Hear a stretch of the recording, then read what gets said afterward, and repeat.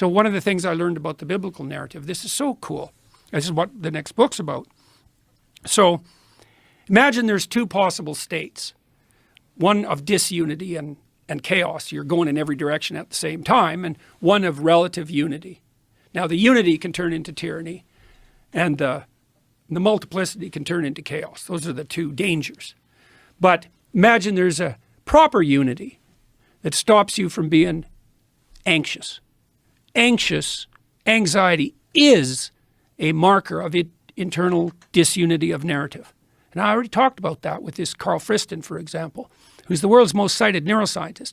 I asked him if perceptions were micro-narratives, and he said yes, and that's quite something. That isn't how we've looked at the world for the last 3,000 years.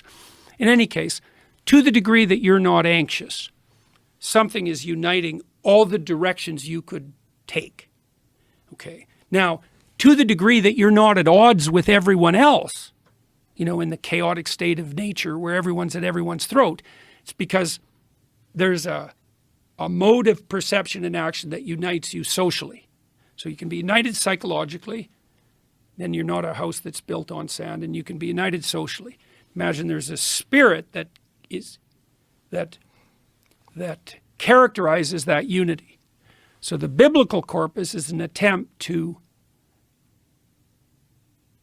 portray that spirit, and it does it using a technique called metonymy. So metaphor is something being something else. This is like that, or this is that.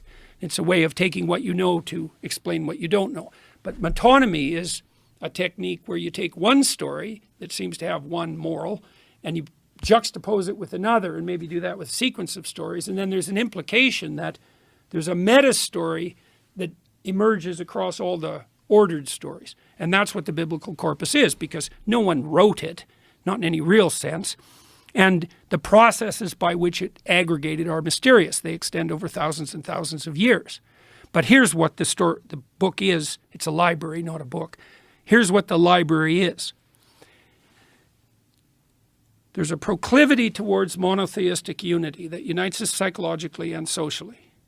And it emerges out of a plurality of potential gods.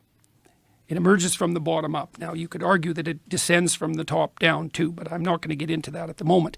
The question emerges, how do you understand that unifying, animating spirit? And the answer is, well, it's beyond our comprehension, and we can more or less approach it with a story. So here's some examples. So in the story of Adam and Eve, God is the spirit that you walk with when you're unself-conscious in a properly tended garden. And you might say, well, do you believe in that? It's like, well, do you have a garden?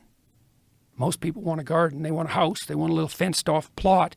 They want to be able to go back there and relax and recreate, right? Unself-consciously. Okay, so whatever's happening when you're there, that's what that is. That's that walking unself-consciously with the spirit of the paradisal garden. So that's one picture of God. Then in the story of Cain and Abel, you have another picture, which is God is the spirit that punishes you if you make poor sacrifices. You say, well, what does that mean? It's like, well, are you giving it your all or not? Or are you playing both sides of the fence? Are you just, chipping in when you have to and trying to go along for a free ride? And that's what happens with Cain. He gets all bitter about it because his sacrifices are rejected. So God is the spirit that rejects false sacrifices. And what happens to Cain? He gets bitter and then murderous, and then his descendants become genocidal.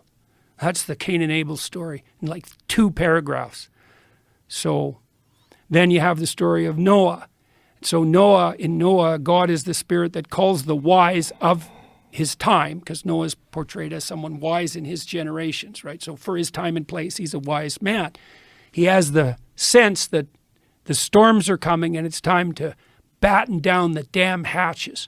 And so like in your own life, maybe your eyes are open to some degree and you think a storm is coming. You have an intuition that a storm is coming. Do you prepare or do you ignore that? Because those are your options. If you prepare, then you're manifesting faith in that spirit. So that's the spirit in Noah. In the Tower of Babel. You have God as the spirit that punishes the technological pretensions of mankind. So men get together to build a tower that stretches to the heavens. That's the Tower of Babel. And they want to do that to replace the transcendent. So they want to replace the mystery of being with their own presumptions. And what happens is no one can talk to each other anymore. And that's the state we're in right now. That's why Matt Walsh can make a movie that's entitled, What is a Woman? We can't even agree on that. That's the Tower of Babel. And so then you have the story of Abraham. And God is presented in that story as the spirit that calls the overprotected and privileged, that's Abraham, to the adventure, to the catastrophic adventure of their life. Because that's what happens to Abraham. You know, he's 83, he lives in his father's tent, eats peeled grapes. He doesn't have to do anything. And this voice makes itself manifest within him and says, get the hell up off your comfortable bed, get out there in the world, suffer your adventure. And, you know, Abraham's life is just, he leaves. And it's not like it's no promised land for him. It's like starvation and tyranny and war. And the Egyptian rulers conspire to steal his wife. And, you know, it's brutal life. But it's life, it's adventure. And so then you think, well, all of this is an attempt to characterize Yahweh. And this is the Jewish God with whom the Jews have a relationship. All of these stories are an attempt to characterize that. And so you could say, well, what is the spirit that you walk with unself-consciously in the well-tended garden, and the spirit that calls you to adventure, and the spirit that punishes tyranny? That'd be the Exodus story. What do they have in common? Well, that's Yahweh, whatever that is.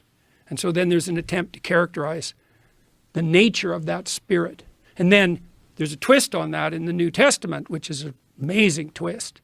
It's an amazing twist, because the conclusion is that the spirit of Yahweh, portrayed in all these different ways, is the same spirit that calls people to voluntarily bear the catastrophe of their life. And that's the union of God and man. That's the idea.